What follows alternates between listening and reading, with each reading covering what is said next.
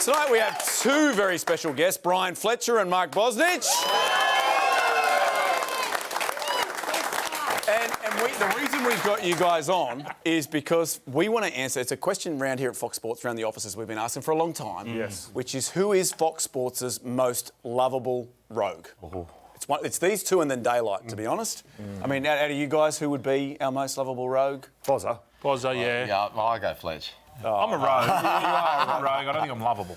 He's lovable. Oh, yeah. No, I know. I spent time with this man in an AFL Grand Final. He's very lovable. Trust me. Trust me. Remember that? Yeah, what game was it? Was it Hawthorn versus... Hawthorn and West Coast. We got kicked out. No, we didn't. No, we didn't. No, you didn't. No, we didn't. Not at the game. No, we didn't. No, we didn't. Barney? Well, we are going to be looking for your help at home with this tonight. This is our social poll. We're doing it straight off the top. Get involved at Professor on Fox on both Twitter and Instagram and let us know who is Fox Sports' most lovable rogue. Is it A, Fletch, or B, Bozza? We're going to check in throughout the night, and at the end of the night, gentlemen, the winner, we have an incredible prize for. What's the criteria? What is a rogue? Thank you for asking me that. It leads me right into this. So basically what you've got to do is you've got to go online, go onto their Wikipedia pages and read their biographies, because it is... Did you say Wikipedia? Wikipedia. Right. It's breathtaking, right? We sent the pages upstairs to legal, and they sent this back. This is what we're allowed to talk about today. They have redacted everything. It's... honestly, gentlemen, it's a miracle. Boys, I've been through every line, I should say, of each of them, and I got to say, first off, congratulations on being alive at this stage. That's a miracle. Thanks, Bob. That was touch and go. And if at home, if you've got like a spare hour or two after the show, I dare say, have a look at Bryan Fletcher's Wikipedia page. It's interesting reading. If you've got a spare 10 to 12 hours, dig into Bozza's. You'll also need a strong stomach. It's good reading. Now, Boz, you grew up loving rugby league. Yes. You're a rugby league fan. Still do. Went to watch the Manly Seagulls versus Eastern Suburbs, Sydney Roosters 2 weeks ago. Who is your team, Bozza? My team is Parramatta. Hindy knows that. Yes, and that's where I grew up with. There, Bozza. All right, that's where I grew up with. That is my team. But, and you'll be clapping for this as well, my second team, because I do live in the city right now, and that's the city of Sydney, is the Roosters. And also... Because you can't have a second team. Especially you have a second team. Well, I don't think it's Bozza's second team. Have we got this photo? Bozza.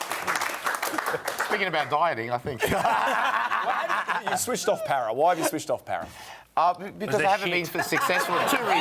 Two reasons. They haven't been successful, I hope I got that right, for a very long time. And especially after one of my very favourite players retired as well, I lost a little bit of interest. Yes, Luke Burt. Now, Bozza, this isn't the first time you've come up against rugby league players in a competition, like the lovable rogue. No. In 1994, you were in Celebrity Gladiators. Here, you did the ball cage of death or something. That's right. Got some points there. And then I think you had to climb the Pyramid of Fun. You threw this lady off. Is that you, Boz? In 94, that was okay. Yeah, that's Boz. That's you, Boz. And Boz, this was you then climbing. I think this is how you met. That's how you met your second wife. I think. That's not it. That's not it. Well, Boz, that actually inspired us for this week's segment 3 challenge, right? Because there is my favourite. I don't know about you. My favourite event in Gladiators was this. Yes. One. It's the Gladiator Duel. Sadly, you didn't make it to this round. That's Ellery Hanley there. Yes. So what we thought in Seg 3, we might give you the opportunity to finally participate in the Gladiator Duel and go up against the other lovable rogue, Bryan Fletcher. What do you think? Yes. You up for that, Bozza? I'll do my best. Now, we are trying to decide who is Fox Sports' most lovable rogue. So what we thought we'd do is just go look over all the bits of your careers, both on-field and off, that we are allowed to talk about. And to start off with, we thought, let's look at the good stuff on-field. And you've both had stellar careers on-field. Fletch, we'll start with you. 170 NRL games. I think you won it. 170. Have a look at that. Pack it out Then you sold out, switched to bunnies. What are it, 14 Origins? Yeah, probably probably 20. Maybe started a Queensland dynasty, and then 13 matches for Australia here. Yeah. You scored 6 tries. Bozza, you had a very decorated career as well. We've got some stats here. You played 212 English Premier League games. Obviously, you played for Aston Villa to begin with. Great keeper there. Then Manchester United, you played for twice. There you go. Oh, look at that, Bozza, too good. You actually won the Premiership with them, the Premier League title. Then you also played for Chelsea. And this is your goal for Australia. Yeah, look at that. That was, to be honest, that was Hang on. That was where it mattered. All right. I really haven't come clean about that goal ever. Can I please? Let's hear it. This is good. Wait, ladies and gentlemen, is it okay? Yes. Yeah. All right, and don't take this the wrong way, okay? But this was a tournament where we were playing teams that we could only beat who was in front of us, so we're winning by quite a long margin. And I had two of my good friends over from England with me, and I said to the then manager, I said, look, listen, I said, Terry Vandal was, well, we used to call him boss. Is it okay? Could I just I've had the 60-game season, can I have 2 weeks off? And then I'll be back ready for the New Zealand games. And he said, look, only if you win this game by 10. So when it came, we're actually winning 12-0 at the time. I didn't know if he said 10 or 12. So I went up the other end to take the penalty. And basically, after I took the penalty, I still felt sorry for the other goal because I thought to myself, imagine how you would feel. You're losing 12-0 and the opposition goalkeeper comes and whacks one past you. So I don't know. How do you feel when you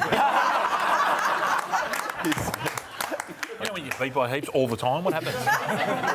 You played it. You were the captain of the Rabbitohs. What side are you on? Now, the other thing you two have in common, back to your playing days, is you were very good at pissing off your coaches. Two of the great. Now, Bozza, your coach, Sir Alex Ferguson, once in his biography, which was called My Autobiography, which Barney... That's a tautology. It is a tautology. You don't... Can't be anyone else's autobiography. What an idiot. In his book, he described you as a terrible professional. Yes. And then in his press conference, he had this to say about you. Well, Mark got off to a real bad start. He turned up 3 hours late for his first day of training. So it wasn't a great start for him, and he was overweight. Had to put subtitles on there. Well, I will say, number one, overweight. Well, 2 kilos over your normal weight. I would say you could, if you want to call that overweight, that's fine. But in terms of turning up 3 hours late, he's lying. Well, Bozza, you had a very good response at the time, if we look at this. He wants to sell books, and he's entitled to his opinion, as I'm entitled to mine. I'm the only player that he signed twice at Manchester United, and I will have my right to reply and my version of events at the appropriate time.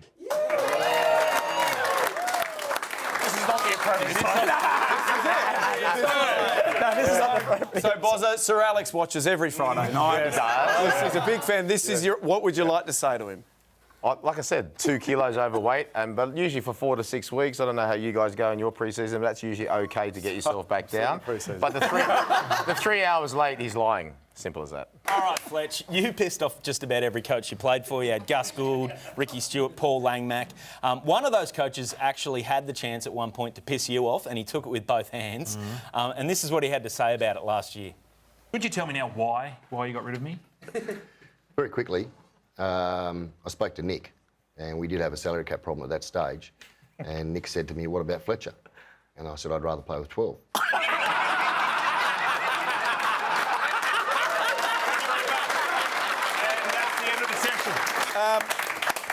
Now, we are talking about your professionalism at the moment. And a reminder at home, we are voting for the most lovable rogue, so at Professor on Fox, go on board. I don't know who's winning at the moment. It's probably neck and neck. Now, your professionalism didn't just stop with your playing career. It continued with your TV careers. You've both been at Fox for a while. We got one of our production assistants to go through every minute of television you've ever done here, and we found some absolute doozies. Two things. One, where your professionalism's terrible, but the other thing where we cannot believe you've done or said what you have done. OK. All right, you ready? We'll start with you, Fletch. Look at this. So what about the game? Do we go to 202 when Easts win the premiership? Yes, we can go there. And you score the last try? I did, yeah, 28-1. No, I remember it was 28-1. Did you have money on yourself? No, I didn't. I didn't. The word is you did. No, I didn't, no. So why... Some friends of mine did that, which... I don't know. As far as I can tell, you are basically admitting to a criminal act live on TV there, is that? How's that a criminal act? You can't... That's a criminal act. Oh, yeah. That is. Boz, you're next. This... Come on. I don't even know how to explain this. Look at this. Harry Kewell and really makes his breakthrough. I really do think he's got a massive opportunity. I'm sorry, guys. Boz, are we interrupting this for a bit of an announcement? No, it's alarm on the hour every hour. If anyone watched last night, they would have seen that I had a bit of infection in the eye. So on the hour every hour, I've got to take this in my eye. So I'm very, very sorry. Okay, And I just thought he was a one-eyed Wanderers supporter. There you go. There you go. That's great. I did.